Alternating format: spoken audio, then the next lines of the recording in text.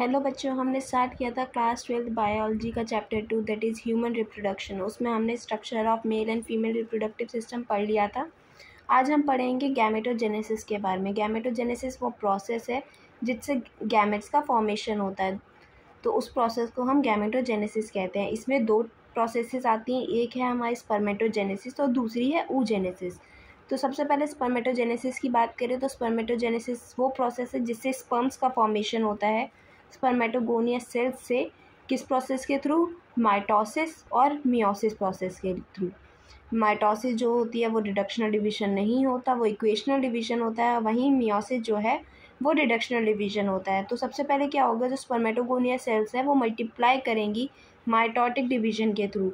वो काफ़ी बार मल्टीप्लाई करके नंबर्स को इंक्रीज़ करती है, जिससे क्या होगा कि उसमें से जो कुछ सेल्स हैं वो ट्रांसफॉर्म हो जाएंगी प्राइमरी स्पर्मेटोसाइट्स में, जो जाएंगी फर्दर मियोसिस प्रोसेस के थ्रू। आप ये जो सेल्स मियोसिस प्रोसेस में गई हैं वो अपना फर्स्ट मियोटिक डिवीजन कंप्लीट करने के बाद जो कि रिडक्शनल डिवीजन होता है वो 2 इक्वल हैप्लॉइड सेल्स का फॉर्मेशन करेंगी, जिसको हम सेकेंडरी स्पर्मेटोसाइट्स कहते हैं।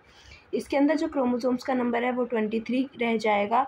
और इससे क्या होगा कि फर्दर ये सेल्स सेकेंड मियोटिक डिवीजन के लिए जाएंगे, जो सेम एज माइटोसिस होता है, जिससे क्या होगा 4 हैप्लॉइड सेल्स का फॉर्मेशन होगा, जिसको स्पर्मेटेड्स कहते हैं। अब ये जो स्पर्मेटेड्स हैं ये ट्रांसफॉर्म होंगे स्पर्मेटोजोआ में with by the process of spermiogenesis. उस प्रोसेस को हम स्पर्मियोजेनेसिस कहते हैं। अब स्पर्मियोजेनेसिस के बाद क्या होगा, जो स्पर्म्स के जो हेड हैं वो एम्बेडेड हो जाएंगे सर्टोली सेल्स में। सर्टोली सेल्स में इसलिए एम्बेडेड होते हैं ताकि वो वहाँ से न्यूट्रिशन ले सकें। उसके बाद फाइनली जब वो सेमिनिफेस ट्यूब्यूल से रिलीज़ होंगे तो वो प्रोसेस होगा हमारा स्पर्मिएशन, यानी कि जब स्पर्म्स जो हैं वो सेमिनिफेस ट्यूब्यूल से रिलीज़ हो रहे होंगे तो उस प्रोसेस को हम स्पर्मिएशन कहते हैं।